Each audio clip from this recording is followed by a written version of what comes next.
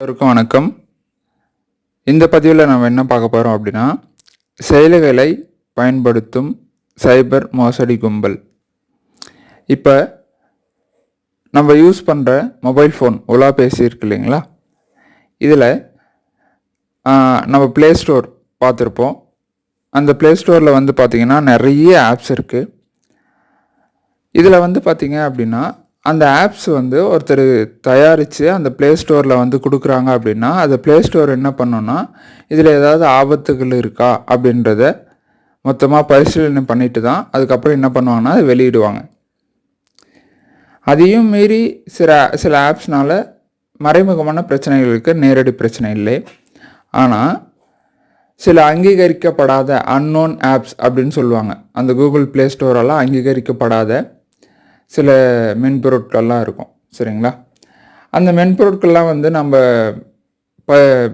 Download பண்ணி install பண்ணும்போது, பதிவிறக்கம் பண்ணி புகுத்தும் போது என்ன ஆகும் அப்படின்னா, நம்மளுடைய திறன்பேசியாக இருக்கட்டும், அதாவது கைபேசியாக இருக்கட்டும், நம்மளுடைய மடிக்கணினியாக இருக்கட்டும், நம்மளுடைய மேஜை கணினியாக, டெஸ்க்டாப், லேப்டாப், இந்த மாதிரி எதுனா இருக்கட்டும், அது என்ன ஆகும் அப்படின்னா, அந்த ஆப்ஸ், அந்த மென்பொருளை யார் உருவாக்குனாங்களோ அவங்க வசம் போயிடும். அவங்களுக்கு ஏற்ற மாதிரி நம்மளுடைய இந்த கருவிகளை வந்து பயன்படுத்திக்க முடியும், சரிங்களா? அது நம்மக்கிட்ட தான் இருக்கும், ஆனால் அவங்க பயன்படுத்துவாங்க. இதுக்கான லிங்க் எல்லாம் எப்படி பரப்புகிறாங்க அப்படின்னா, நம்ம முன்னாடியே பார்த்த மாதிரி தான் சோஷியல் மீடியாக்கள்லேயும் சமூக வலைதளங்கள்லேயும் மற்றபடி குறுஞ்செய்திகள் வழியாகவும், இல்லை ஏதாவது உங்களுக்கு வந்து பரிசு விழுந்திருக்கு அப்படின்ற மாதிரி வழியாகவும் இதை வந்து பரப்புகிறாங்க, சரிங்களா?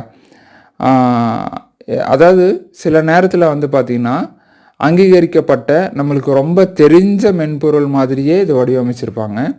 அதனால் நாம் தான் கொஞ்சம் பார்த்து இது வந்து அந்த மாதிரி ப்ளே ஸ்டோர் மாதிரி இடத்துலேருந்து தான் பதிவிறக்கம் ஆகுதா அப்படின்றதெல்லாம் பார்க்கணும். அப்படி இல்லை வேறு ஏதாவது இடத்துலேருந்து பதிவிறக்கம் ஆகுதா அப்படின்றதெல்லாம் பார்த்து உஷாராக நாம் தான் என்ன பண்ணணும் அப்படின்னா, விழிப்போடு இருந்து அதை வந்து நம்ம மொபைல்லையோ நம்ம வந்து இன்ஸ்டால் பண்ணணும், சரிங்களா? இதுக்கான முன்னெச்சரிக்கை நடவடிக்கை அப்படின்னா அதுதான், நம்ம தான் வந்து உஷாராக இருந்துக்கணுமே தவிர இதுக்கான முன்னெச்சரிக்கை நடவடிக்கைன்னு வேறு எதுவும் இல்லை. ஏன்னா இது நம்மளே சார்ந்தது, நம்ம தான் அதை இன்ஸ்டால் பண்ணுறோம், வேறு யாரும் இன்ஸ்டால் பண்ணல. சில டைமில் சில பேரினுடைய கைபேசியில் விளம்பரங்கள் அடிக்கடிக்க வந்துகிட்டே இருக்கும்.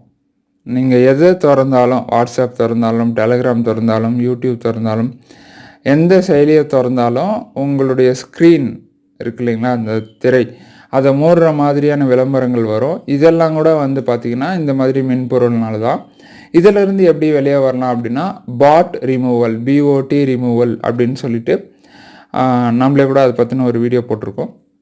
அந்த மென்பொருள், அந்த செயலியை நீங்கள் பதிவிறக்கம் பண்ணி ஸ்கேன் பண்ணி அந்த பாட்டை டெலீட் பண்ணிட்டீங்கன்னா உங்களுக்கு வந்து அந்த விளம்பரங்கள் அதுக்கப்புறம் வராது, சரிங்களா? இந்த மாதிரி இன்னும் நிறைய விஷயங்கள் இருக்குது. இன்னும் வரப்போகிற பதிவுகளில் நிறைய பார்க்கலாம். இந்த மாதிரி உங்களுக்கு எதாவது நடந்திருக்கா அப்படின்றத கமெண்ட் பண்ணுங்கள். நன்றி.